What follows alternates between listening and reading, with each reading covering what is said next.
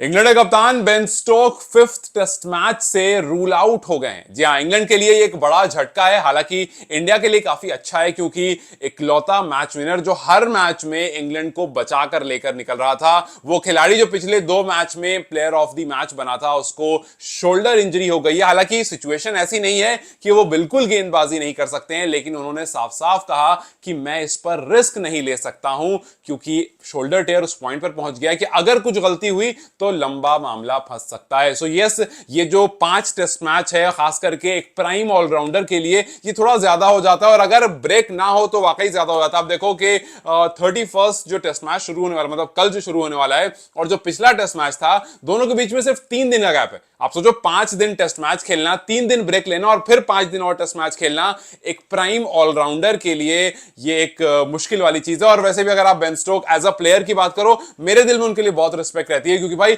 वो बंदा अपनी टीम के लिए सब कुछ दे देता है। आप सोचो कि एक इनिंग में 20 से 25 ओवर गेंदबाजी भी कर देता है, बैटिंग करने आया तो शतक भी लगाया, 141 की पारी खेली। मतलब जिस टाइम पर बॉलर रेस्ट कर रहे थे उस टाइम पर वो बैटिंग कर रहा था, जिस टाइम पर बैटर रेस्ट कर रहे थे उस टाइम पर वो बॉलिंग कर रहा था। सो दोनों के सिनेरियो में वो पूरी तरह से टीम में इन्वॉल्व होता है, और शायद इसी वजह से वो बेन स्टोक जो मैराथन स्पेल डाल रहे थे, हमने देखा वो लॉर्ड्स में 9-9 ओवर 10-10 ओवर का एक स्पेल डाल रहे थे। इनफैक्ट यहां पर हमने देखा उन्होंने 8-8 ओवर के एक स्पेल डाले, तब जब उनका शोल्डर टेयर हो चुका था। सो यस, ये सब कुछ देने की वजह से इस टाइम पर वो बेन स्टोक, जो कि लॉर्ड्स में भी मैन ऑफ द मैच बने थे, जो ओल्ड ट्रैफोर्ड में मैन ऑफ द मैच बने थे, अगले मैच में इंग्लैंड के साथ नहीं। अब इंग्लैंड को कोई नया मैच विनर ढूंढना पड़ेगा, बिकॉज ये वो खिलाड़ी है जो हर तरह से कॉन्ट्रीब्यूट कर रहा था, और एज अ कैप्टन जिस तरह से ये चढ़कर खेलते हैं, वो आप उसको देख सकते हो कि भाई मैच में किस तरह से हर वक्त कुछ नया ट्राई करना, हर वक्त आपको मेंटल गेम में फंसा कर रखना। इनफैक्ट उस टाइम पर जब मैच खत्म हो गया था तब भी वो चले गए ड्रॉ के लिए हैंडशेक हैंड करने। हालांकि वो 10 मिनट बाद जा सकते थे, 15 मिनट जा सकते थे,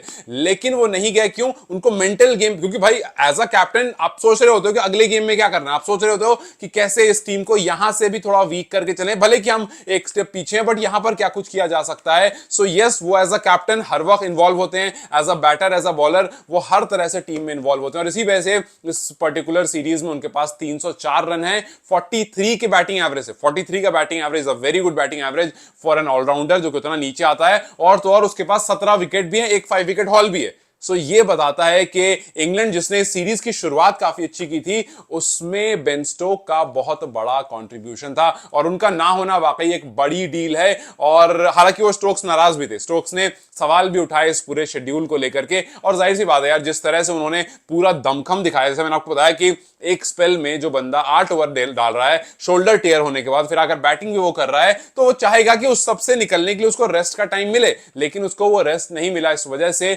बेन स्टोक ने कहा कि ये जो मैचेस के बीच में गैप है, कम से कम 4 से 5 दिन का, 5 दिन का गैप तो हो, कि भाई आपने 5 दिन का एक टेस्ट मैच खेला, फिर 4 से 5 दिन का गैप हुआ, फिर आपने खेला। उन्होंने बोला कि बीच में आपने 8-9 दिन का गैप दिया, और फिर उसका दूसरे टेस्ट मैच में 3 दिन में दोबारा कर दिया।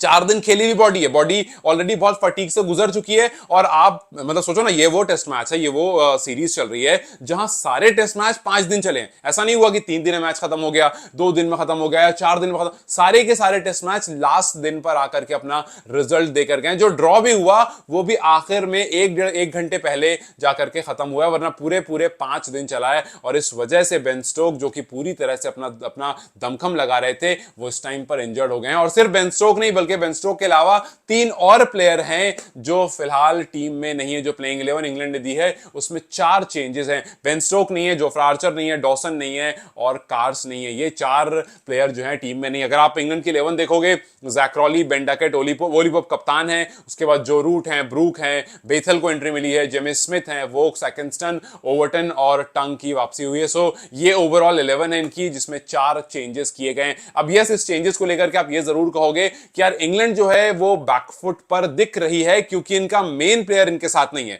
सो अच्छी बात बस इनके लिए है कि हार नहीं सकते इस सीरीज को। इस सीरीज के उस पॉइंट पर हैं जहां पर ये हार नहीं सकते, चाहे तो सीरीज ड्रॉ होगी, या तो अगर ये मैच जीत गए तो जीत करके निकल जाएंगे। और फिर बेन स्टोक भी काफी खुश होंगे क्योंकि इसके बाद बेन स्टोक का एशेस भी खेलना है। तो जाहिर सी बात है वो बहुत इंपॉर्टेंट सीरीज है और ये सीरीज जो है वो गुड पॉइंट पर खड़ी है। सो अब देखना ही है कि इंग्लैंड बिना बेन स्टोक्स के और बिना इन 4 प्लेयर्स के, जो कुछ प्लेयर्स का इन्होंने चेंजेस किया है, क्या उससे अगले टेस्ट मैच में जो कि कल से ही शुरू होने वाला है उसमें आप क्या कुछ चेंज देखोगे, क्या कुछ रिजल्ट में चेंज देखोगे, क्या रिजल्ट इंडिया के फेवर में आएगा, क्या रिजल्ट इंग्लैंड के फेवर में आएगा, या फिर एक और ड्रॉ हो जाएगी। ड्रॉ भी इंग्लैंड के लिए सही है। सो इस टाइम पर इंग्लैंड को सिर्फ हारना नहीं है, अगर इंग्लैंड हार जाता है तब फिर ये सीरीज ड्रॉ हो जाएगी और फिर भी इवेंचुअली सीरीज ड्रॉ ही होगी। अगर जीतता है या फिर मैच ड्रॉ होता है तो फिर पूरी टीम के लिए बल्ले बल्ले, बिकॉज ये सीरीज वो जीत करके निकल जाएंगे। सब देखना बस ये है कि क्या कुछ होता है अगले टेस्ट मैच में। वैसे इंडिया भी बहुत सारे चेंजेस करने वाला है, दोनों चेंज करके कौन बेस्ट 11 उतारते हैं और उसका रिजल्ट क्या कुछ बेस्ट निकल करके आता है। खैर, how do you see England without Ben Stokes, क्या आपकी प्रेडिक्शन है मुझे कमेंट सेक्शन में जरूर बताएं। Till then you guys take care, I will see you very soon, bye bye.